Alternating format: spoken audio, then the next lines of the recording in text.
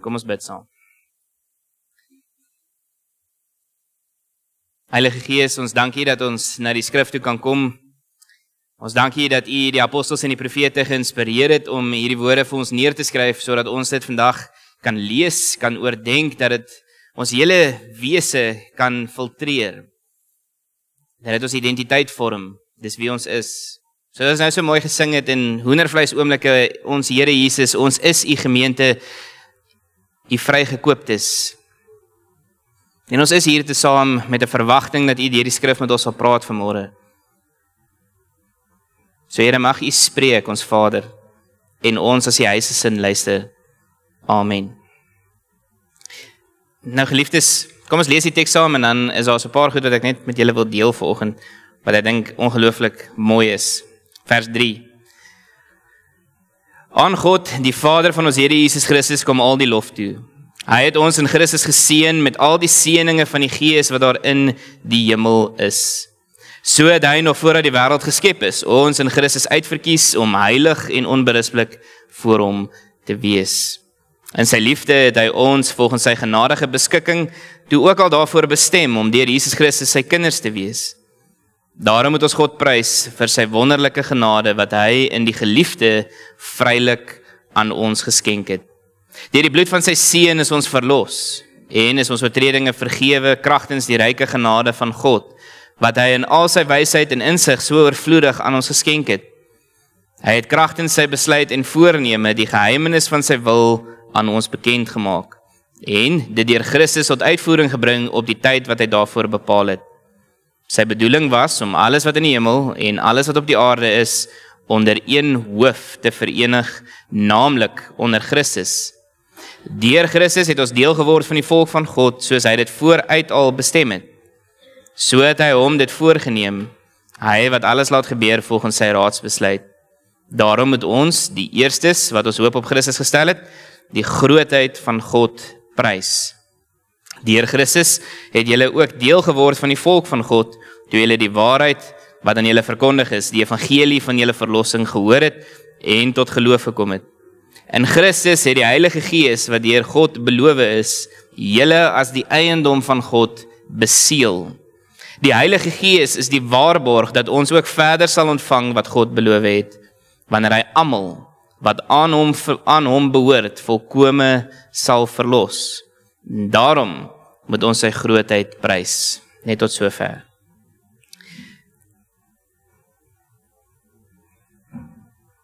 Nou gemeente, soos julle weet, ons is eintlik besig met 'n groot reeks wat ons getitel het die Nuwe Verbond en weer 'n bietjie dit gaan herontdek, hoekom ons die Bybel in verbondstaal ontleed. En is ongelooflik. Ek wil julle net herinner dat, soos wat julle nou gelees het, die Bybel praat van die Here se ewige raadsplan, sy ewige raadsbesluit, God se wil. Hierdie terme word nou baie in hierdie teks gebruik. En verlede Sondag het ons spesifiek gepraat oor die feit dat God die Vader, God die Seun, God die Heilige Gees voor die skepping 'n verbond met mekaar gesluit het, waarin die Vader onderneem het om ons te verlos. Die Vader onderneem het om jou te kies. Jou naam was deel van daardie gesprek gewees voor die grondlegging van die aarde, sê die Paulus vir ons. Dit is ongelooflik. Die Seun onderneem om te sê, ek gaan my lewe kom gee as losprys. Deur my bloed gaan hulle vrygekoop word. Ek word die hoof waaronder hulle verenig word, soos julle nou gelees het. Die Here Jesus onderneem dit. Die Heilige Gees onderneem om uitgestort te word en in die gelowiges te kom woning maak, in jou te kom bly. Jou tot geloof te bring, jou te leer hoe om te lewe volgens die wil en die weë van die Here, jou te leer bid, soos ons ook vroeër gesing het. Hierdie dinge was klaar besluit, voordat God besluit het om te skep. Dis ongelooflik. Dis ongelooflik.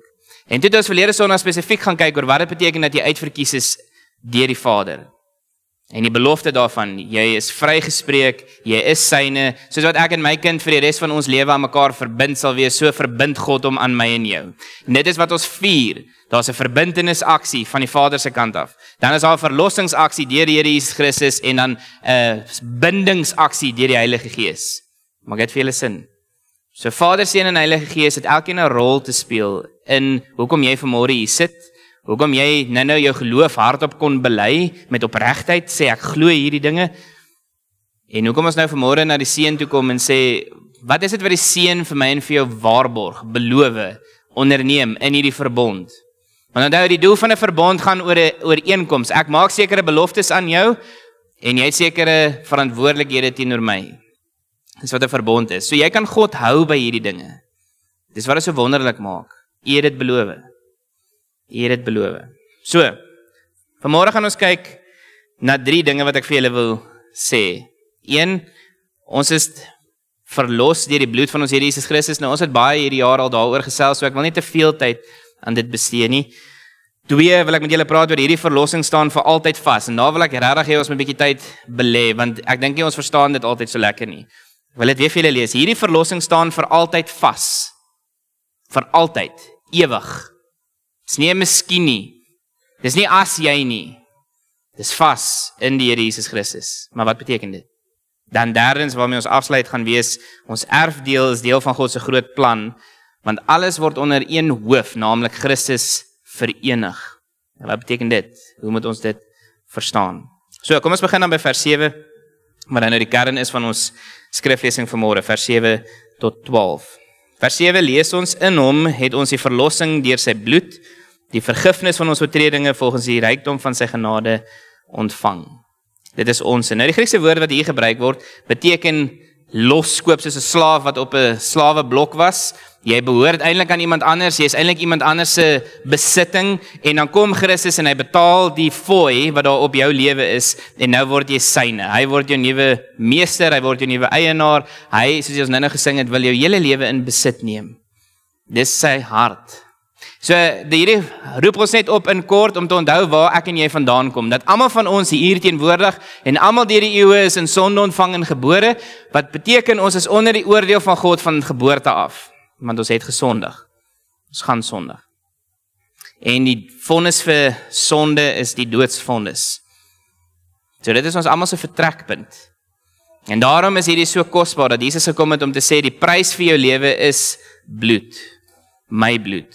En ek kom betaal dit vir jou, want jy is vir my dit werd. Dit is ongelooflik. Jy is dit vir my werd. Een Ou Testament voorbeeld daarvan is natuurlik die profeet Hosea, wat die boodskap kry dat hy met 'n prostituut moet trou, en dit is eintlik 'n beeld wat die Here gebruik om te wys hoe afvallig, hoe ontrou Israel is teenoor hom. Hosea probeer getrou wees aan hierdie vrou, hy het haar lief, hy gee vir haar veiligheid en al hierdie mooi dinge, en dan elke keer as hy sy oë uitvee, is hy weg. En dan het sy hom gelos, en dan is sy weer besig met haar ou lewe en haar ou dinge, en tot op 'n stadium raak hy so moeg, maar dan sê die Here steeds vir hom, Hosea, gaan en gaan haal haar, en dan waar vind hy haar? Op 'n slaweblok, en dan verkoop hy alles wat hy het, om haar terug te koop, hierdie vrou wat so ontrou is aan hom.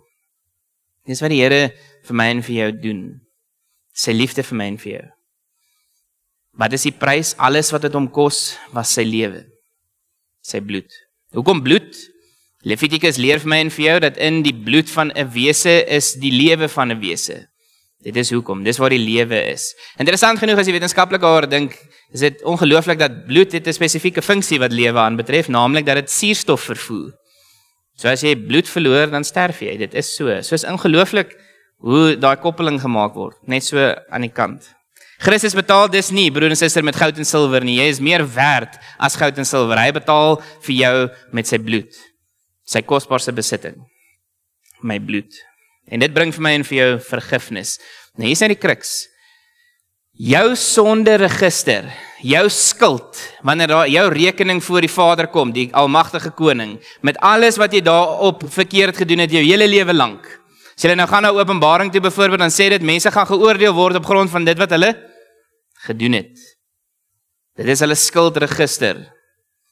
Nou wat doen Christus se bloed met jou skuldregister?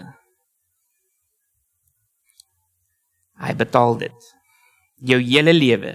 Jou skuldregister, broer en suster, as jy tot bekering kom, as jy jou lewe vir die Here Jesus Christus gee, spreek woordelik, dan is jou skuldregister leeg.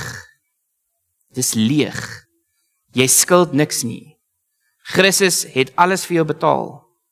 Dit is die evangelie boodskap. Daar's niks wat ek en jy kan doen om daardie skuldregister self te probeer minder maak nie. Inteendeel, die Heidelbergse Katekismes leer my dat ek maak my skuld elke dag nog groter. Ek dra elke dag by. Ek dra elke dag by. Jou sonderegister, asseblief hoor dit broer en suster, is leeg. Christus, toe hy gesê het 'n lestaai, dit is volbring, het Christus dit bedoel. Dit is klaar, dit is afgehandel. Dit is afgehandel. Ek doen dit vir jou, hoekom? Want ek is lief vir jou. En ek het dit onderneem voor die skepping nog plaas te vind het. So dit alles doen die Here volgens sy rykdom van sy genade. Dis nie druppels gewys nie, dis nie bietjie nie. Hy skenk vir jou alles in oorvloed van die begin af. Nie omdat ek en jy so wonderlik is noodwendig in onsself nie, maar omdat Christus so wonderlik is. Christus is dit werd. Dis hoekom dit aan ons geskenk word. Dis om Christus ontwil vir my en vir jou 'n realiteit. Dit is nie ongelooflik nie. Maar as jy my nog nie glo nie, ek wil vir jou 2 Bybelse tekste gee om dit net te onderskryf. So as jy notas maak, Markus 10 vers 45. Ons gaan nie so te blaai nie, ek wil net hê jy moet dit hoor. Markus 10 vers 45 en Hebreërs 9 vers 12. Markus 10 vers 45 lees ons, die Seun van die mens het gekom om sy lewe te gee as 'n losprys vir baie. Dit is die evangelie. Die Seun van die mens het gekom om sy lewe te gee as 'n losprys vir baie. Hebreërs 9 vers 12. Hy het met sy eie bloed 'n ewige verlossing verwerf. Hoor julle weer eens die taal gebruik. Dis nie 'n tydelike verlossing solank as wat jy gehoorsaam is nie. Dis 'n ewige verlossing vir altyd. Vir altyd. Ons praat nou oor wat God doen. Ons gaan nou kom by my en jou, maar wat God doen is hy bewerk 'n ewige verlossing. Nie die moontlikheid van 'n verlossing nie, nie 'n miskien van 'n verlossing nie, nie 'n dalk van 'n verlossing nie. Dis 'n ewige verlossing wat vas is omdat Christus se bloed gevloei het daai dag op Golgotha. Dit is hoekom dit vas is en dis hoekom dit heilig is dat ek en jy na hom toe kan kom en sê dit is my vergifnis. So wanneer ek voor die hemelpoorte staan en hulle vra hoekom kom jy in, is dit nie omdat ek dit en dit probeer doen het nie. Here, dit is omdat ek vertrou dat Christus se verdienste aan die kruis voldoende is. Dis al wat ek het. Dis al wat ek het. Christus se verdienste aan die kruis. Ek verdien nie om hier te wees nie en ek verstaan dit, maar ek is lief vir hom. Daarom wy ek my lewe aan hom. Daarom probeer ek 'n ewige of 'n heilige lewe lewe tot eer van sy naam onder leiding van die Heilige Gees. Ek kry dit nie altyd reg nie, dit frustreer my, maar dit is daarom in my gesindheid dat ek dit probeer doen. Want iemand wat nog nie tot bekering gekom het nie, wat buite die kerk staan, spreekwoordelik, nie buite die gebou nie, die vergadering, daardie persoon gee nie regtig om nie. Hulle gewete, die Bybel praat van 'n roofie, net soos 'n roof of soos 'n eeld geword, is klip hard, niks kan deur dit kom nie, is toegeskroei. Pla hulle nie regtig nie, hou hulle nie wakker in die nag. As ek en jy val in versoeking en ons maak 'n fout, ons sondig teen die Here, hoe voel jy in jou gemoed? Vuil. Ek's jammer. Ek wil nie meer met dit geassosieer word nie, né? Sien julle die verskil? Die Heilige Gees doen dit. Die Heilige Gees doen dit. Hy het met sy bloed 'n ewige verlossing vir my en vir jou verwerf. Dis vir altyd. So, hoe pas ons dit toe? Gemeente, ek wil hê julle moet hoor, jy is nie meer 'n slaaf van jou verlede nie. Jy is nie meer die jy wat jou wakker hou in die nag nie. Jy is nie meer 'n slaaf van jou verlede nie. Jy is vrygekoop deur die Here Jesus Christus. Daar's vir jou hoop, daar's vir jou oorwinning, daar's vir jou genesing en herstel van daai dinge wat jou wakker hou in die nag. Dis nie meer wie jy is nie. Die Satan kom as 'n aanklaer en sê, onthou jy, wie dink jy is jy? Hoe wil jy na God toe gaan? Kyk wat doen jy? En. Dis die duiwel wat dit doen. Wanneer die duiwel ons so aankla, dan kom die seun en dis sy rol. En hy tree vir my en vir jou in om te sê, Vader, maar onthou wat het ek gedoen. Onthou my bloed wat gevloei het. Onthou my offer aan die kruis. Net met as jy hier sit vanmôre en jy voel ek gee vir jou lisensie om sonde te doen, dan maak jy 'n groot fout. Dit is die duiwel. Die manier hoe ons reageer op hierdie ongelooflike geskenk is 'n lewe van danksegging om te sê ek wy my aan dit wat heilig en rein en reg is, dit wat heilsaam is. Wil gehoorsaam wees aan die Here, want ek's lief vir hom. Nie uit dwang nie uit ek moet dit doen anders gaan ek nie hemel toe nie, dan mis ons die punt. Dis omdat ek lief is vir hom dat ek hom gehoorsaam. Dis 'n groot verskil. Dis 'n groot verskil. Christus het jou vrygekoop en ek wil hê jy moet vanmôre hoor, dit is ongelooflik kosbaar. Dis kosbaar. Dis 'n skat wat jy gevind het, wat meer werd is as goud en silwer. Meer werd as goud en silwer. Ons tweede punt vanmôre, en hier gaan ons nog al 'n rukkie stil staan. Verlossing wat vir altyd vas staan, En ons praat in die teologie van 'n ding, julle sal dit sien in die dorse leerreëls of selfs in ons belydenisskrifte in die kerk, ons ander, die Heidelbergse Katekismes, die Nederlandse geloofsbelijdenis praat oor die volharding van die heiliges. Die volharding van die heiliges. Nou baie van ons interpreteer daardie segging om te sê dit gaan oor my en jou, dat ek en jy moet volhard. En dit is een kant van die muntstuk. Ons het 'n verantwoordelikheid, ons het agentskap om te volhard en getrou te bly tot die einde toe, maar jy doen dit nie alleen nie. Die Heilige Gees staan jou by. En nou die vraag vanmôre is hoe? So ek wil vir julle lees vers 11. Julle het nou gehoor vers 7 wat sê hierdie is 'n ewige verlossing, dis vir altyd vas. Vers 11 sê die volgende: Deur Christus het ons deel geword van die volk van God, soos hy dit vooruit al bestem het. En so het hy hom dit voorgeneem, hy wat alles laat gebeur volgens sy ewige raadsbesluit. Hoor julle weer die taal? Dis 'n ewige raadsbesluit. Dit is vir altyd so. Dis nie miskien nie, dis nie afhanklik van ander dinge nie. Nou hier wil ek net twee goed vir julle sê voordat ons nou in diepte in dit ingaan.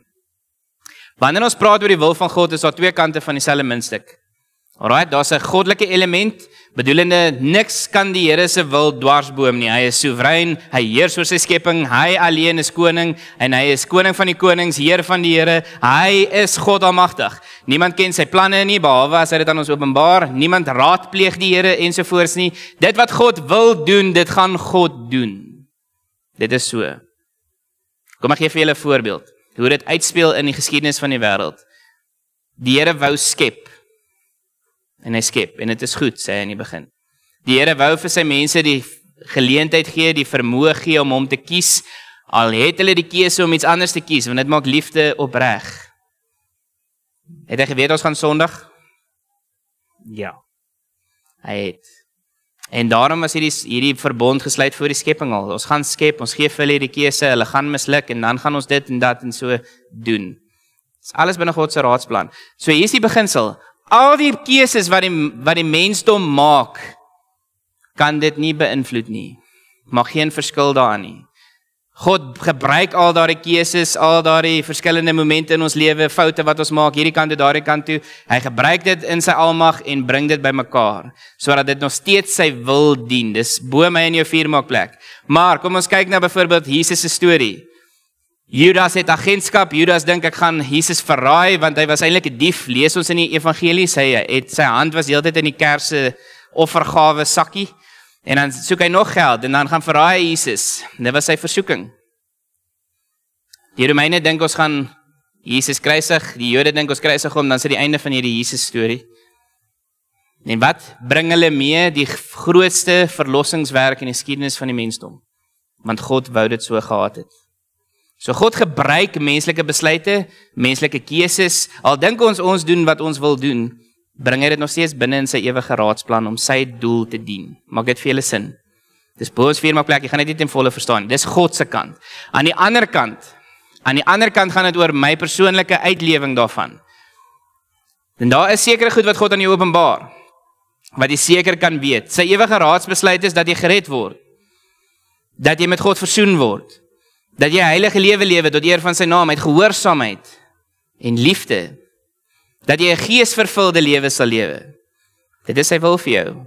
Dat jy wysheid sal afbid wanneer die wysheid kort kom. Dit is sy wil vir jou lewe. Dat jy eerlik en met integriteit besigheid doen en mense hanteer in jou verhoudings ensovoorts. Dat jy vergewensgesind sal wees teenoor mense. Dit is sy wil vir jou lewe. Maar sê God vir my en vir jou, jy moet nou hier afdraai, en dan gaan dit en dit met jou gebeur, of jy moet hierdie werk aanvaar, of jy moet by hierdie werk bedank, of jy moet dit, openbaar hy dit so aan ons?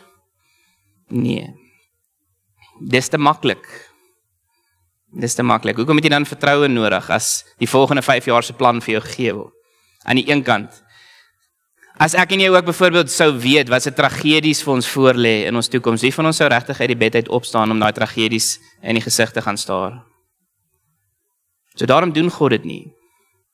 So aan die een kant wil ek hê jy moet hoor, God se wil het 'n misterieuse element, want hy is verhewe bo my en jou, hy is nie soos ek en jy nie, hy is nie mens in daai hoedanigheid nie. Hy dink anders. Maar 'n element van sy wil is wel aan my en jou geopenbaar. is wel aan my en jou geopenbaar. En dit kan jy ook seker in jou hart gaan laat wortel skiet. Anker dit. Die rede hoekom ek hierdie vir julle sê, is toe ek op kweekskool was, en nou as dominee by synodesittings en so aan, dan is dit 'n gesprek wat ons hê. Dis 'n debat in die teologiese wêreld. In vandag se samelewing. Kan jy regtig van enigiets seker wees? Maar baie ouens voel, as jy met sekerheid praat oor 'n ding, dan is jy arrogant. Dis arrogansie. Hoe weet jy? Nee, aan die ander kant openbaar die Bybel tog aan my sekerhede. Christus is 'n geskiedkundige moment, dit het gebeur. Die doel daagter word vir my verduidelik, dis hoekom dit gebeur het. En ek kan dit seker weet en laat wortel skiet in my hart. So moenie laat mense jou mislei nie, dis hoekom ons hieroor praat. So, hierdie is die groot troos. Die Heidelberg Katekisme sê vir my en vir jou, wat is ons enigste troos in lewe en in sterwe? As ek jou wakker maak in die aand, moet jy dit vir my kan antwoord.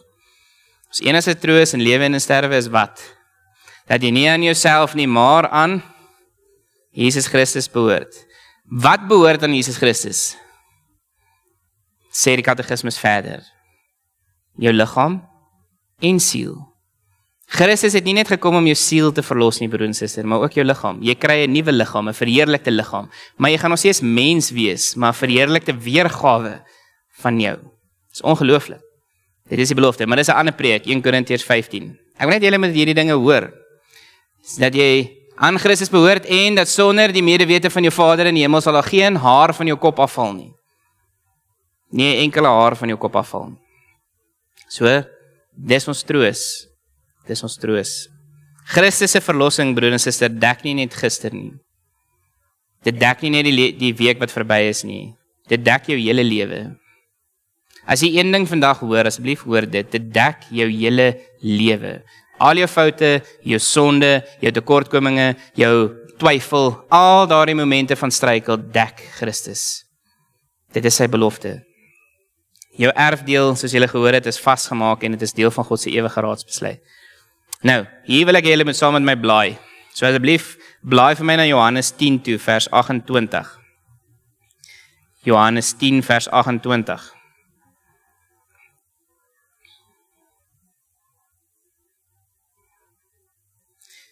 Hierdie wil ek graag hê jy moet in jou eie Bybel ook dit lees en onderstreep.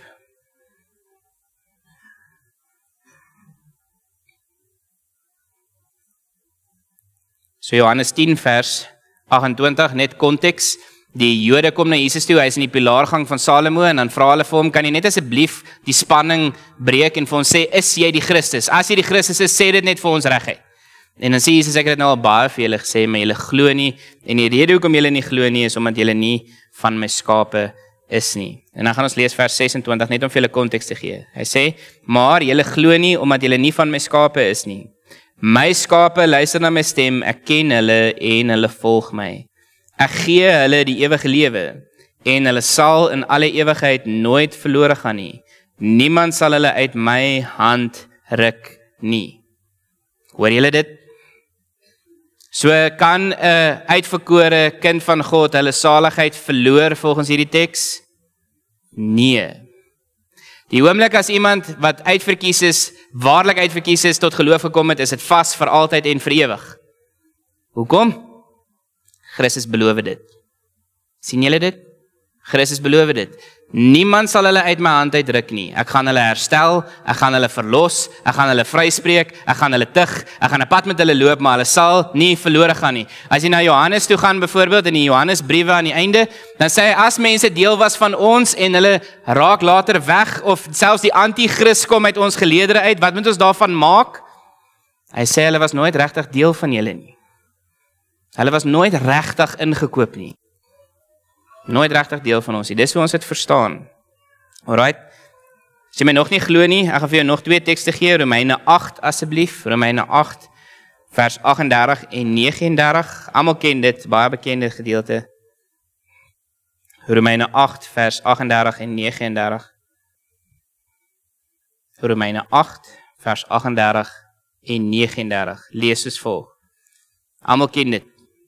Paulus sê, hiervan is ek oortuig, geen dood, of lewe, of engele, of magte, of teenswoordige, of toekomstige dinge, of kragte, of hoogte, of diepte, of enigiets anders in die skepping kan ons van die liefde van God skei nie. Die liefde wat daar in Christus Jesus is, ons Here. So hoor julle nou die belofte, niemand sal hulle ooit uit my hand uitruk nie, aan die een kant, aan die ander kant die belofte, dat niks sal jou ooit kan skei van die liefde van God nie. Hoor julle dit? Glo julle dit? Omarm dit? Maar as jy sonde in jou lewe het, dit is hoekom ons dit uit die weg ruim, want ek wil nie myself van God afsonder. Ons weet sonde saai vernietiging. So as 'n sonde in my lewe is, dan dit is hoekom ek dit konfronteer, want dit verwoes hierdie verhouding wat vir my so kosbaar is. Ek is lief vir hom. Net soos in my huwelik, as daar dinge is tussen my en my vrou wat ek uit die weg moet ruim, sonde dalk in my hart, dan moet ek dit regstel, want hierdie verhouding is vir my kosbaar. Hierdie verhouding is vir my kosbaar. Niks kan jou van die liefde van God skei nie, die liefde wat daar vir jou is in Christus Jesus. Asseblief hoor dit, dit is 'n ongelooflike stelling, jy moet gaan kou daaraan, dis nie net 'n ding wat jy hoor, en dan gaan nie aan met jou lewe nie, jy moet gaan dink daaroor, jy moet gaan bid hieroor, jy moet vir die Here gaan vra, Here, hoe verstaan ek dit, dat niks my van jou liefde skei nie, dat niks my ooit uit jou hand uit sal ruk nie. Jy is veilig bewaar. Veilig bewaar. Laaste ene, Filippense, asseblief, as julle na Filippense toe sal blaai. Filippense 1 vers 6.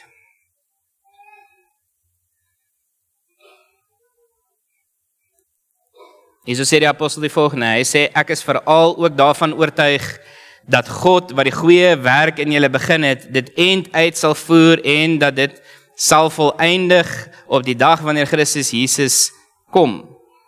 So wie die goeie werk in jou begin? God. Wie voleindig dit?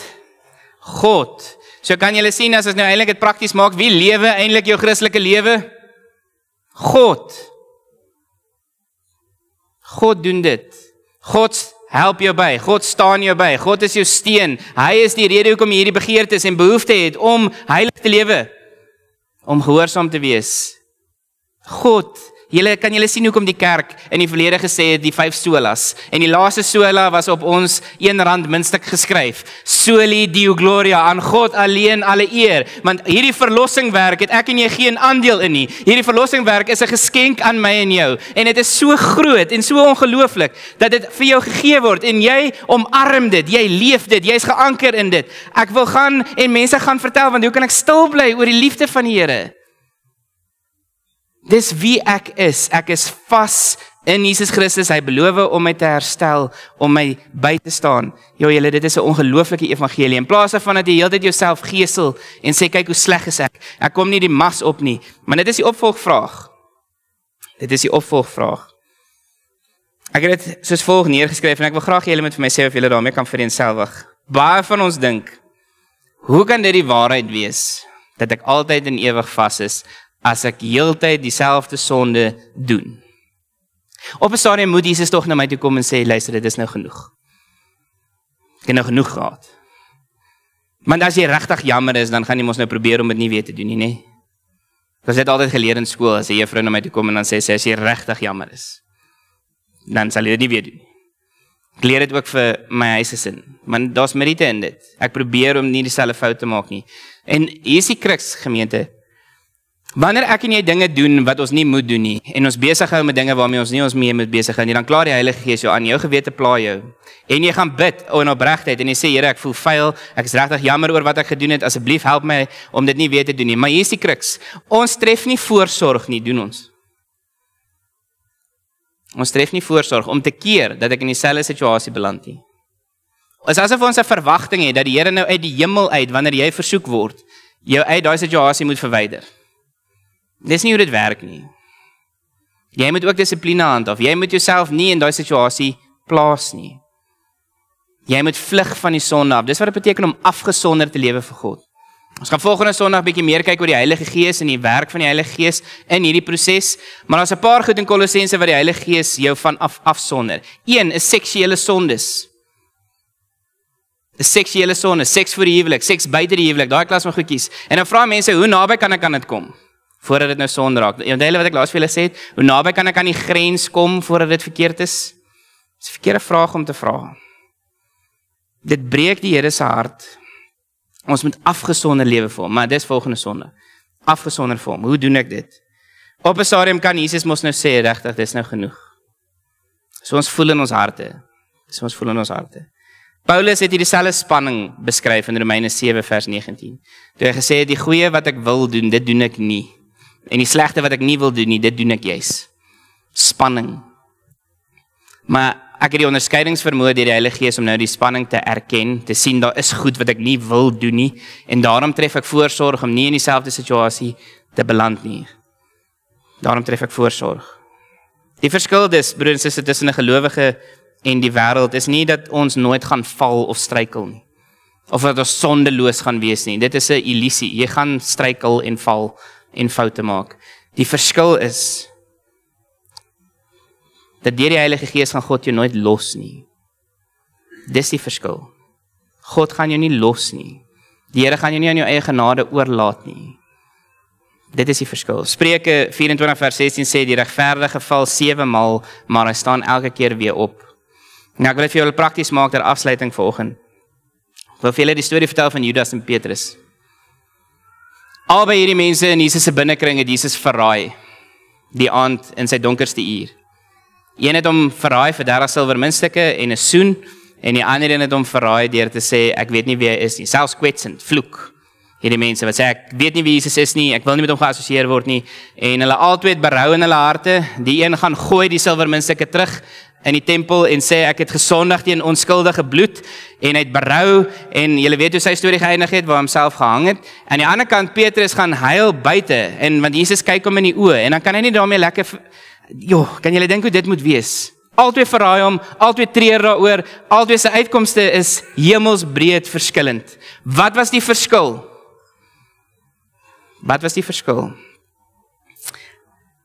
Lukas 22 vers 31 tot 32. Hoor wat sê Jesus vir Petrus voor hierdie moment.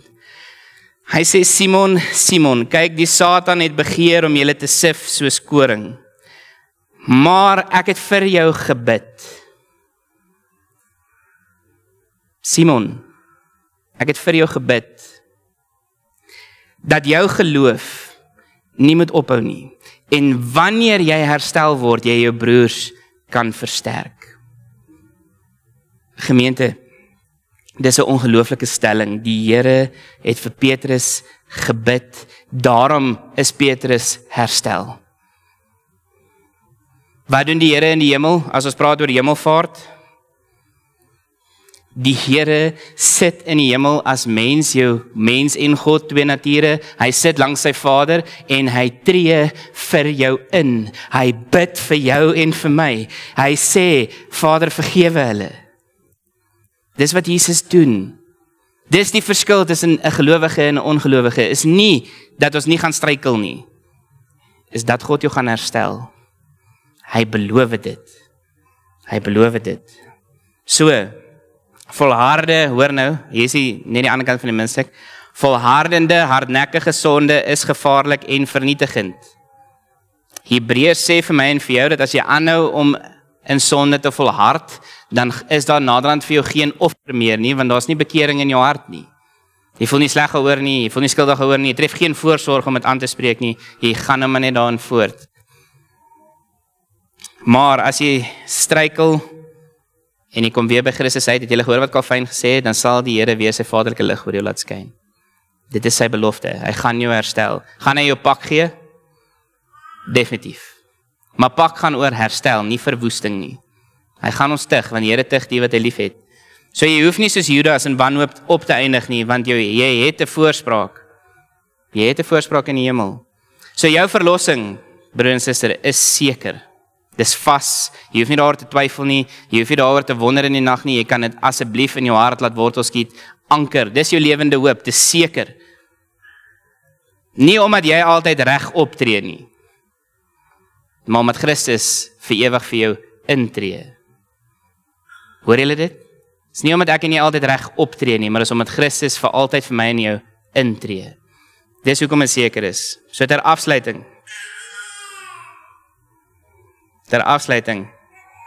waar gaan al hierdie? Kom is hierdie belangrik.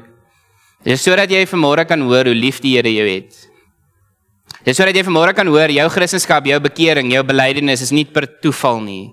Dis beplan voor die skepping van die wêreld af. Dat jy kan hoor dat in jou stryd teen die sonde is jy nie alleen nie. Jy is nie aan jou eie genade oorgelaat nie, maar God staan jou by. Jy het 'n voorspraak in die hemel en jy het 'n voorspraak wat uitgestort is waar ons volgende Sondag gaan praat wat in jou ook namens jou bid.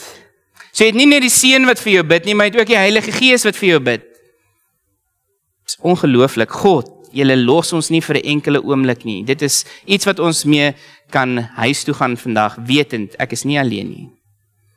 Ek struikel, ek val, ek twyfel baie keer, ek maak foute, dis die menslike ervaring, maar wat God doen, is hy tree in, hy beskerm, hy herstel, hy bring vir jou hoop. Jy kan altyd teruggaan na hom toe, moet nooit laat die vyand jou laat glo, jy het nou te ver afgedwaal nie. Dis 'n leuen uit die hel uit. Jy kan nie te ver afdwaal nie, jy kan altyd terugdraai, teruggaan na hom toe. En so is die Vader wat sit op die stoep en wag vir sy seun om huis toe te kom en hom inhardloop. So wag die Vader dalk vir jou. Ek weet nie waar hierdie preek beland in jou hart nie, maar ek wil hê jy moet hoor, asseblief, enige plek, enige tyd kan jy terugdraai na hom toe vir herstel. Hy sal dit vir jou skenk, want die Bybel leer my, geen een wat sy naam aanroep, sal teleurgestel word nie. Dis 'n belofte. So waar gaan dit? Vers 12. Dit gaan daaroor dat ons die grootheid van God prys. Prys. Jy staan met verwondering voor dit. Voor hierdie gebeure, voor hierdie ongelooflike genade, voor hierdie liefde en jy's net, dit bring voort lofprysing en aanbidding uit ons harte uit. Want God is goed. En hy was goed vir my en jou. En hy sal wees. Kom ons bid saam.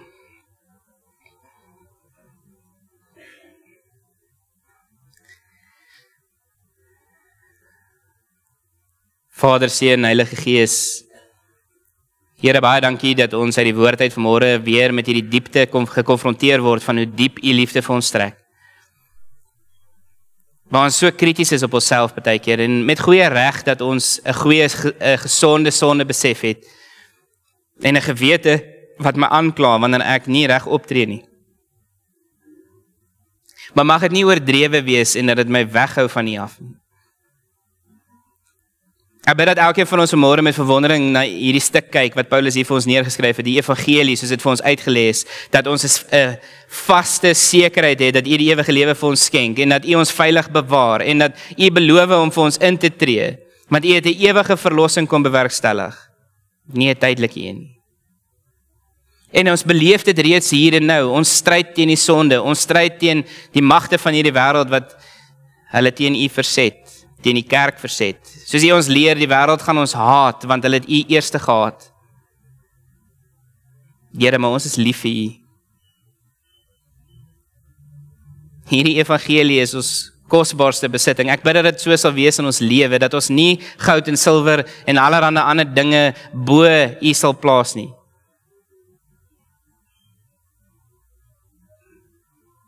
Here, dankie dat U lief is vir ons. Dankie dat ons die bevestiging daarvan kry in die woord en ek bid dat dit ons sal inspireer in ons lewe van danksegging. Dankie dat U ons veilig bewaar. Daarvoor, Here, sal ons U ewig dankbaar wees.